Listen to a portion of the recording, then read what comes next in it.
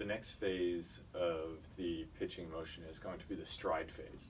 So the wind-up phase left us, again, if I'm facing you, the catcher, left us here in a posting position. Our hands are right by our waist, back leg slightly bent, this knee flexed, lead knee flexed, and our foot kind of just dangling here underneath our knee. Now, the purpose of the stride phase is, as it's named, to stride.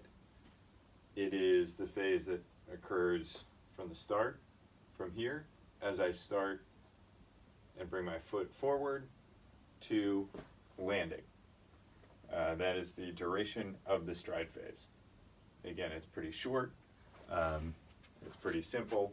The purpose is just to get me from here to there, but the execution is trickier than the wind-up, and there's some pitfalls that you should watch out for that put your body in a position for some serious injury during the next arm acceleration phase. So let's go through the stride phase step by step. This time I'm going to face the catcher who's over there. I'm going to give you a different view so that you can see as I do the stride phase. So again, we'll get to the posting phase right here, the posting position, I should say. Now, if you notice with all power pitchers, when they start the stride, they're not leading with the foot. You actually gently lead with the butt by rotating what is your plant leg on the ground. You rotate your ankle and your knee slightly in. And it almost starts like a fall, leading with your butt and your hip. You want to do this to kind of train your mind to keep your hip and leg closed as you're going to start this motion. It's important to generate a lot of torque. You don't want to open up your leg and your hips too soon because you're going to lose that momentum and that torque, which is going to help us generate velocity and transfer energy from the ground up to the baseball. So there's two parts of the stride phase. There's what's going on in your lower half, and there's what's going on in your upper half with your arms. First, we'll start with the bottom half. So again, my foot, my lead foot is, maybe a couple feet off the ground right here. My goal is to get it from here, pointing towards either first base or third base, depending on what arm you throw, and landed facing the catcher. The one common mistake that occurs is young pitchers don't have a long enough stride, or certain pitchers, as they start to develop and they hear the importance of stride length, try to overextend themselves. The stride is important in generating velocity. All of the energy that is transferred during this lunge phase is going to post right here, and as the foot hits the ground, and we're kind of transferring energy into the ground, Newton's law says it's going to transfer that same amount of energy right back up through our body.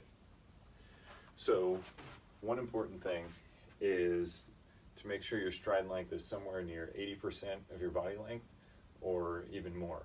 Aroldis Chapman's stride length is almost 105, 110% of his body length. So we're going to get here, our stride, our bottom half right here. All I'm doing is I'm leading with my leg, and I'm landing with my front leg in almost a 90-degree position, somewhere between 45 and 90 degrees, and I'm staying firm on that. I'm not collapsing as I hit the ground. I'm landing and sticking firm. That's going to allow me to transfer as much of the energy from the ground back up through my body. Another common pitfall for young pitchers is they will land with their heel striking first. This causes you to lose some of that momentum as your foot then has to spend some energy hitting the ground. If I land and stick at the same time, everything is transferring to my hips right from the beginning. If I land like this, I have some energy transfer, lose some time, and then some more energy transfer. It's just a lot better for velocity if you can land and stick all at the same time. So that's your bottom half. Your top half is going to stay the same in your torso. So as I go here and here, if you notice, my torso stays exactly the same during this stride phase. My arms are what's going to do something different. Here, you just want to picture a windmill. You want to keep this very simple. As your hip leads, my arms are going to drop and then come back up. Both of them, if you look at my left, elbow to shoulder, and my right elbow to shoulder are going to do the exact same thing. Show you again. I'm simply in a fluid motion, bringing my arm up, bring my hand to my elbow in a 90-degree angle with my shoulder. My elbow is at shoulder height, and I'm cocking my arm with the baseball facing backwards. So a couple of common pitfalls here that'll leave your arm in a very dangerous position are, number one, instead of a fluid, nice motion back and up, you'll see some people almost pick up their arms and their elbows in like a W type shape. There is a school of thought that believes this will increase velocity by kind of adding a little bit more torque and tension as you're going to enter the next arm acceleration phase.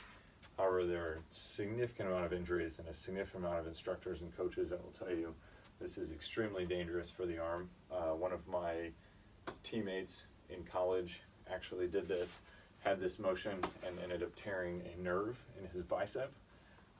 If you think about it, as you're like this, your arm now, in order to get into the arm acceleration phase, needs to rotate very quickly, as there are a whole bunch of other internal and external rotations going on, and it's just not good. There's too many moving parts. As your arm starts to fatigue, it puts in a very vulnerable position. Another pitfall to avoid is your elbow being too low. As you then transfer to arm acceleration, it's going to leave this joint in a very vulnerable position. The final tip of advice I have is to avoid something like this. You want to bring your thumb, I'll move a little bit closer to show it. As my hands drop like this, I'm going to not bring my thumb in. I'm going to open up my hand and bring my thumb out like that. You can feel it. If you go like this, you'll feel kind of the tension that goes onto your arm. If you open it like this, it just feels very loose and fluid. So again, the stride phase, just to go over quickly, it's going to be executed the same for everybody, or it should be executed the same for everybody. The wind-up phase, you can pick your own adventure. The stride phase is the same for everybody. It starts here. I'm then going to lead with the hip. I'm going to separate my hand from my glove, my throwing hand from my glove, and begin a windmill type motion as I head towards the ground. I'm going to make sure my stride length is about 80% of my body height. I'm going to post this front leg strong and firm as it hits the ground. I'm not going to collapse. I'm not going to be too extended. This flexion is going to give me the optimal energy transfer, and my arms are going to end up in a position like this at a 90-degree angle, and I'm ready for phase 3, the arm acceleration phase.